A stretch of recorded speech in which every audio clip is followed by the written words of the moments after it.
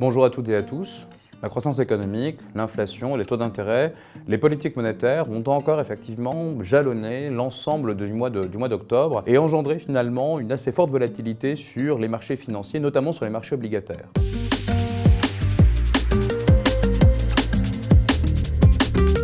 Commençons d'abord par les chiffres de croissance aux États-Unis qui ont été très forts pour le troisième trimestre. La première estimation du PIB fait état d'une croissance de l'activité de 4,9%, tirée essentiellement par la consommation des ménages et dans une plus grande mesure par la demande intérieure. Notons par ailleurs que l'investissement des ménages, c'est-à-dire l'investissement résidentiel, a lui également progressé au cours du troisième trimestre, signe finalement qu'on a un regain d'activité dans un secteur qui a corrigé de manière assez significative, notamment en termes de prix, dans la première partie de l'année. L'autre point par ailleurs qu'il convient de noter concernant la croissance américaine, c'est la stagnation de l'investissement productif qui a été, lui, un des moteurs de croissance assez forts aux États-Unis au cours de la première partie de cette année.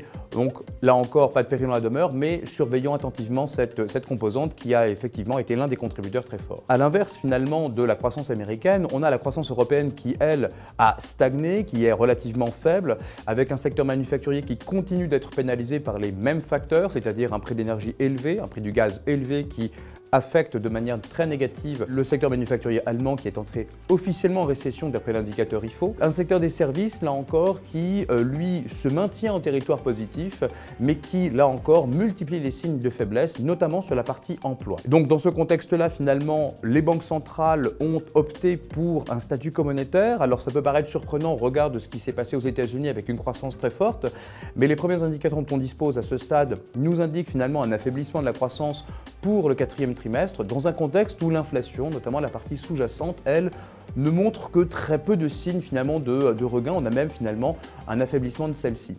Donc croissance effectivement qui s'amoindrit, inflation qui s'amoindrit aux États-Unis, donc statu quo monétaire qui se justifie. Et en Europe, là aussi, Christine Lagarde a indiqué qu'il était temps d'arrêter les remontées de taux, surtout d'évaluer en quelque sorte de quelle manière ces taux d'intérêt, ces hausses de taux passés auront un impact sur l'économie. Donc là encore, croissance faible, inflation effectivement en modération, en repli, invite effectivement au statu quo monétaire. Nous estimons par ailleurs que le statu quo monétaire devrait effectivement constituer le nouveau mantra des banques centrales, au moins au cours des 6 prochains mois.